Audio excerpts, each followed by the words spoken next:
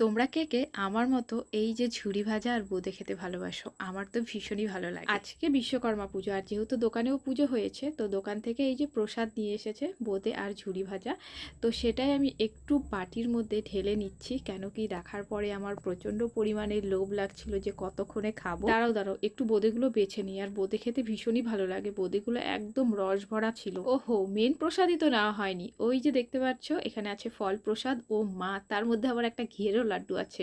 একটা ফল প্রসাদ দিয়ে নিই, তার মধ্যে যে ঘিয়ের লাড্ডুটা আছে সেটাও নিতে হবে, কারণ ঘিয়ের লাড্ডুও খেতে ভালো লাগে। তার মধ্যে আবার দুটো নকুল দানাও আছে।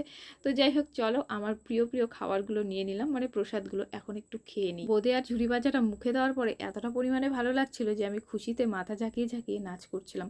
তবে এটা খেতে খেতে আমার দিদার কথা প্রচণ্ড পরিমাণে মনে পড়ছিল, কেন কি শেষ দিদার সাথে এটাই আমরা খেয়েছিলাম, আমি, মোম আর অভি ভাই। তো চলো ভিডিওটা এখানেই শেষ করছি। আর হ্যাঁ, রাতে কিন্তু ছিল শঙ্করদার বাড়ির খিচুড়ি। তো চলো।